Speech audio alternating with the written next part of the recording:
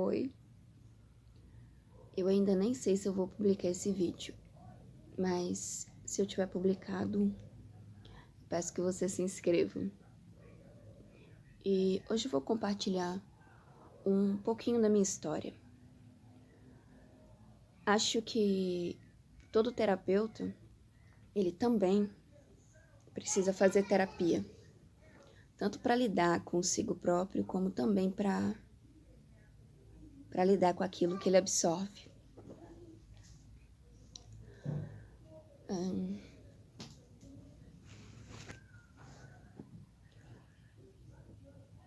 Alguns cursos que eu venho fazendo vêm enfatizando bastante a questão de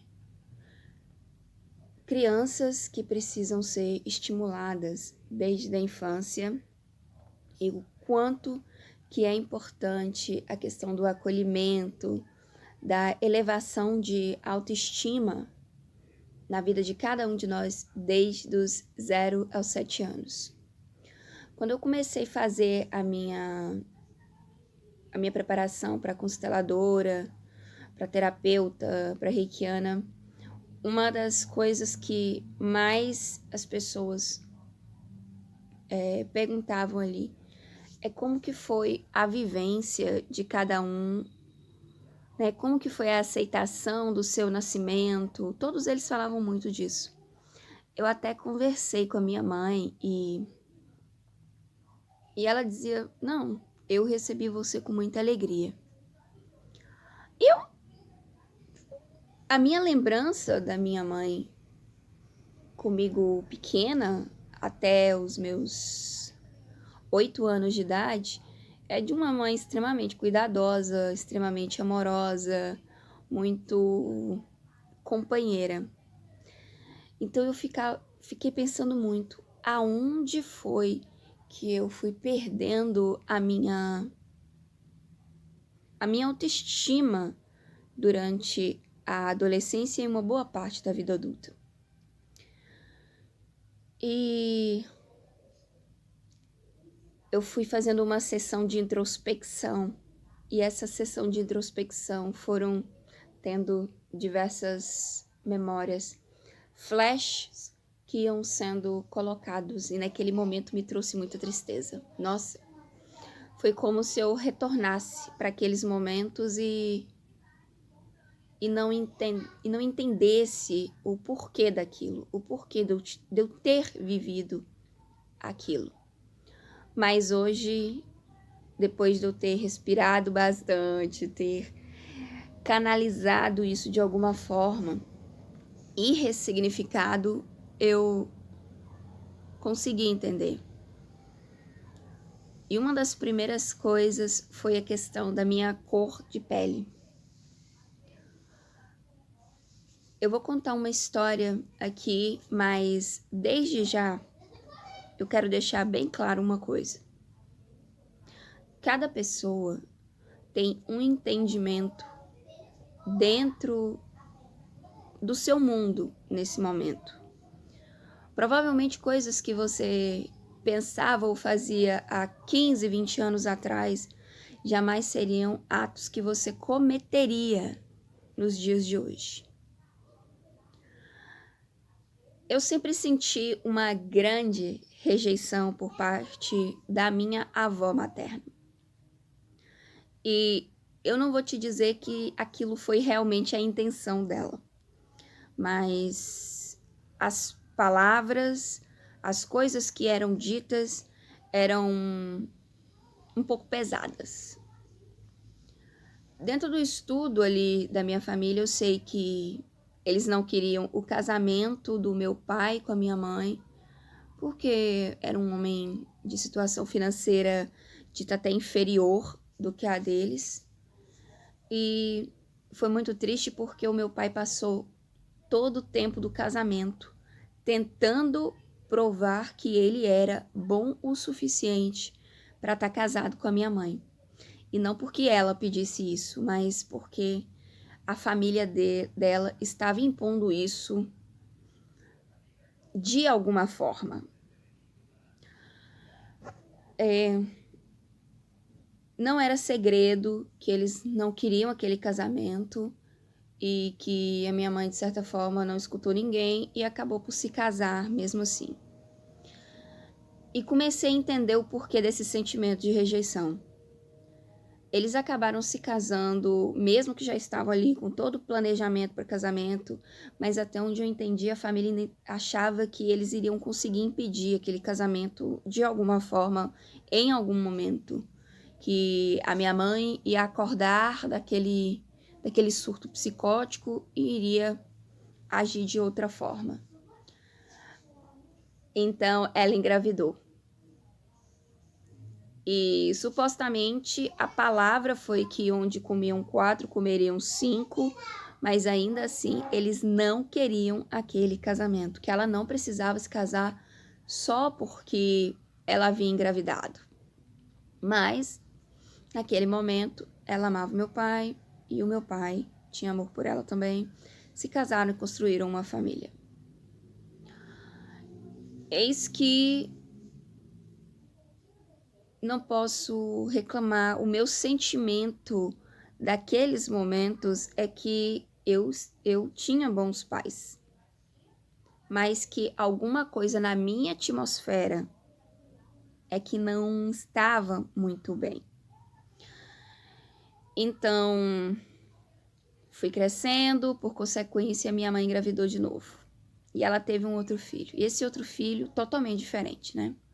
Branco, bem claro, cabelos lisos, muito parecido com a família da minha mãe, né?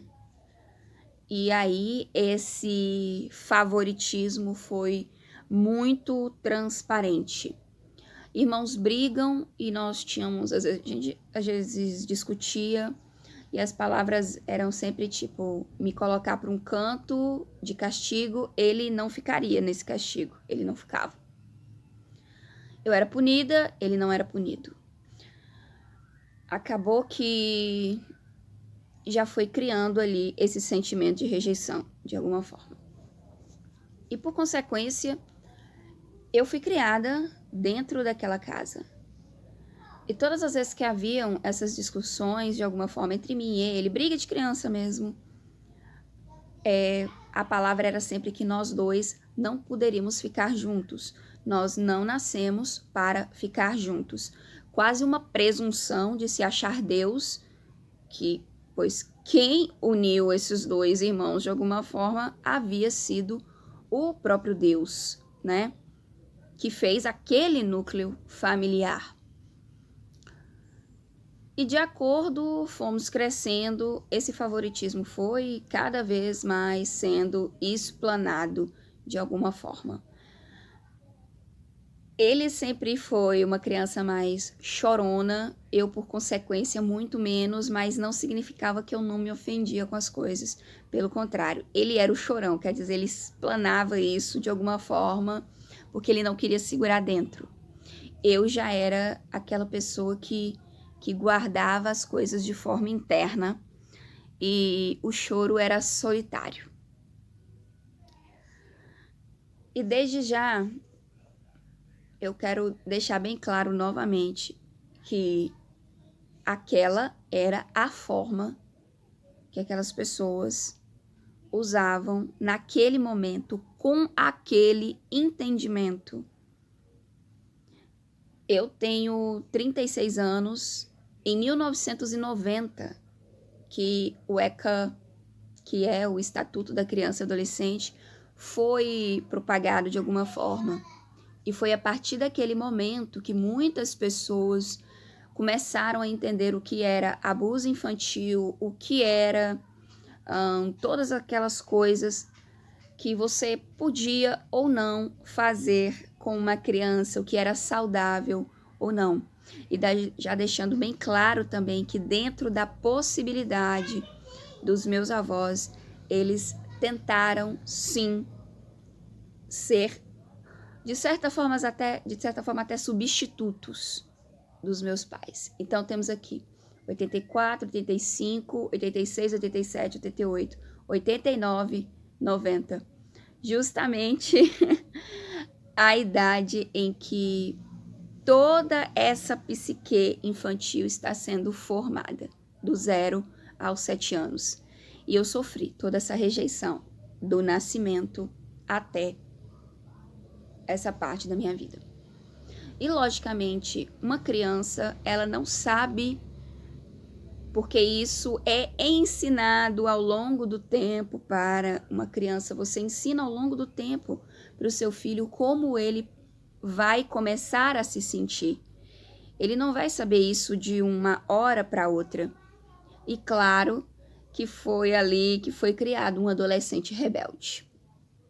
Eu estou me dando como exemplo hoje, porque foi muito difícil para mim, adulto, perdoar a mim própria como um adulto, entender que aqueles adultos que estavam tomando conta de mim naquele momento não tinham como fazer diferente. Aquela foi a forma que eles foram criados.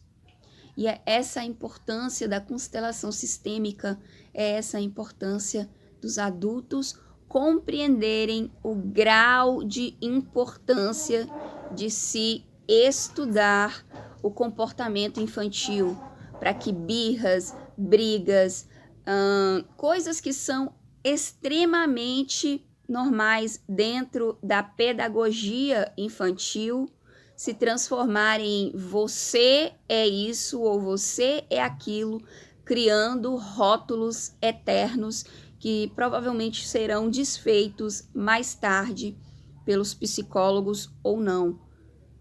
Nós precisamos de uma sociedade mais madura, de adultos mais conscientes, menos abusivos, menos transferência de traumas de família para crianças.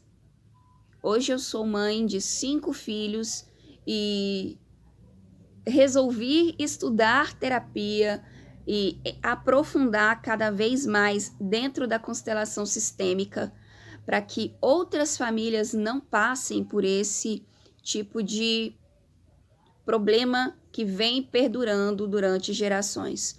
Hoje nós temos acesso tecnológico, de saúde, temos diversas formas e mecanismos para conseguirmos essa cura, de alguma forma.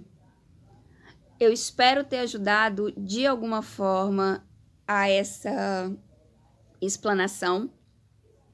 Claro que esse foi o meu entendimento dentro da minha constelação familiar. Provavelmente a minha avó tem outra forma de pensar, ou pelo que eu vejo hoje se arrepende bastante de coisas que ela não tinha maturidade para entender de outra forma. Eu vou ficando por aqui com esse vídeo. Como eu disse, eu ainda não sei se eu vou postá-lo, mas se você estiver vendo, por favor, dê aí o seu feedback. Eu vou deixar aqui embaixo também o meu contato para consulta. Se você tem esse tipo de trauma, se isso está atrapalhando a sua vida de alguma forma, chegou a hora de mudar, gente. Chegou a hora de sair definitivamente dessa vibração, dessa canalização que não tem nada a te acrescentar, a não ser vibração ruim, sentimentos de ansiedade, depressão. Coisas que já passaram da hora de ir embora. Muita gratidão por me aceitar compartilhando a minha história com você.